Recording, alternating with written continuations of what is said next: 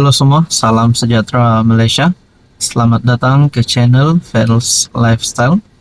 Terima kasih kerana terus setia dan bersama di dalam channel ini. Tuan-tuan dan puan-puan, berkaitan dengan isu kes skandal rasuah yang masih lagi menjadi cerita seluruh rakyat Malaysia, terutamanya di negeri Sabah.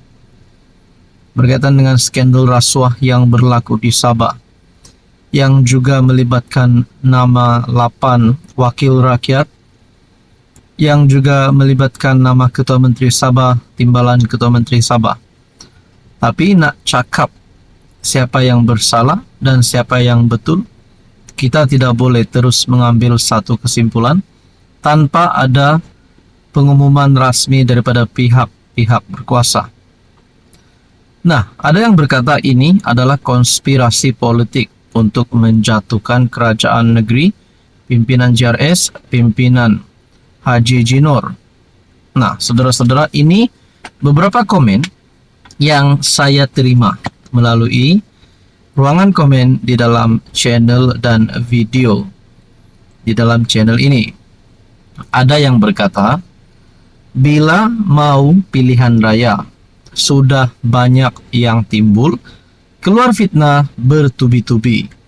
Jangan haraplah parti lain. Rakyat sudah selesa dengan JRS Haji J adalah yang terbaik menerajui Sabah. Komen yang seterusnya berkata, jadi ketua menteri mesti berpengalaman, luas, berpengaruh dan lama berkecimpung dalam politik. Kalau tidak, habis kita. Nah, dengan komen ini, saya setuju.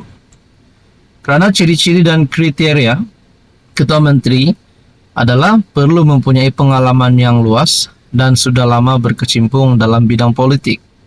Dan saya ingat komen yang lain berkata, perlulah bersih dan bebas kes mahkamah. Nah, itu adalah antara poin yang utama untuk menjadi Ketua Menteri. Jadi adakah Ketua Menteri baru nanti, kalaulah Haji Jinor sudah tamat penggalnya dan Ketua Menteri baru dilantik? Nah, kriteria-kriteria yang diminati oleh rakyat khususnya di negeri Sabah adalah bersih dari mahkamah. Komen yang seterusnya berkata, nah ini menyebut nama Presiden warisan. Datuk Seri Shafie Apdal paling layak. Karisma, pengalaman, komitmen, idea and pandangan jauh untuk membina ekonomi. Pernah jadi CM 26 bulan, tapi 12 bulan hadapi COVID-19. Bagi dia ruang untuk 5 tahun, kita tengok. Kalau gagal, kita tukar lagi.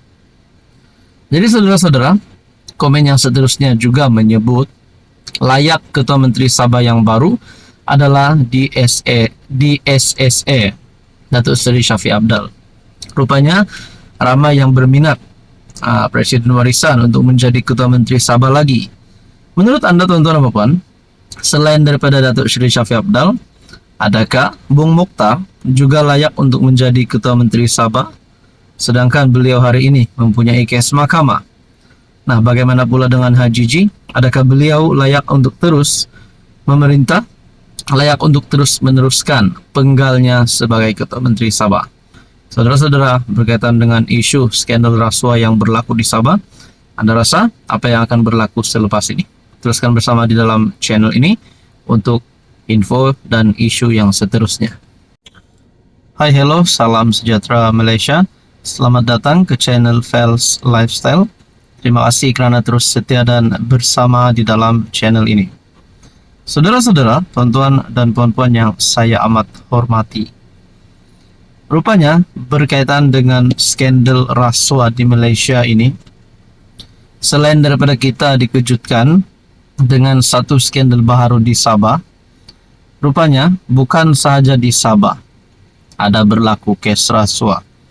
Bahkan di seluruh Malaysia kita mendengar banyak saja berkaitan dengan kegiatan-kegiatan rasuah ini. Bahkan beberapa nama pemimpin besar, kenamaan politik yang terlibat dengan rasuah. Nah, saudara-saudara, sudah pasti antara yang menjadi tumpuan adalah tindakan-tindakan SPRM untuk menangani case dan isu rasuah di negara ini. Saudara-saudara, setelah kita digemparkan dengan skandal rasuah di Sabah, ini satu lagi tulisan terbaru daripada Syahabuddin Husin.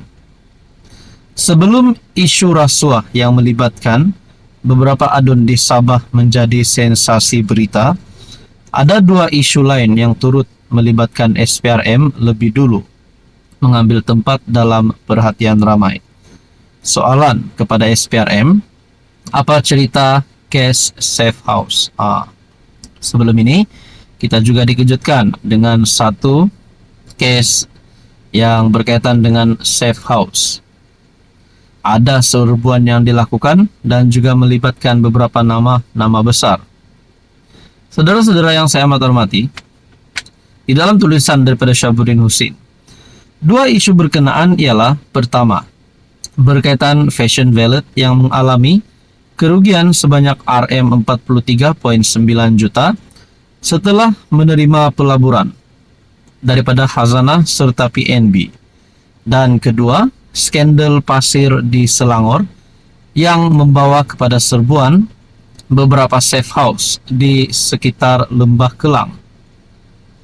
Dilaporkan berjumlah Rm5 juta wang tunai ditemui dalam serbuan di rumah safe house dan kemudian dalam dua lagi safe house yang diserbu SPRM sejumlah lebih Rm300.000 lagi turut ditemui.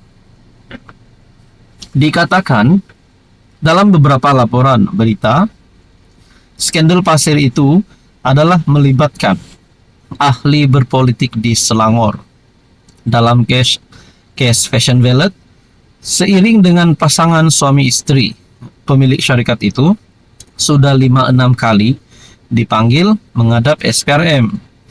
Agensi penguatkuasa rasuah itu menyatakan hasil siasatan dijangka akan siap dalam tempo 2 minggu lagi. Maknanya, tidak lama lagi kita akan mengetahui sama ada kes akan dibawa ke mahkamah atau sebaliknya. Tetapi dalam skandal pasir yang dikatakan melibatkan ahli politik berpengaruh di Selangor dan penemuan uang tunai dalam safe house, setakat ini semacam ianya senyap begitu saja. Tiada lagi apa-apa perkembangan kedengaran daripada pihak SPRM. Kenapa tiada perkembangan susulan? Sedangkan ahli politik berpengaruh yang dikatakan terlibat itu sudah dikenal pasti. Selain uang tunai, lebih Rm5 juta ditemui dan dirampas oleh SPRM. Apa hasil siasatan SPRM dalam kes berkenaan? Ada kes atau tiada kes? Bila hasil siasatan mahu diangkat ke pejabat peguam negara.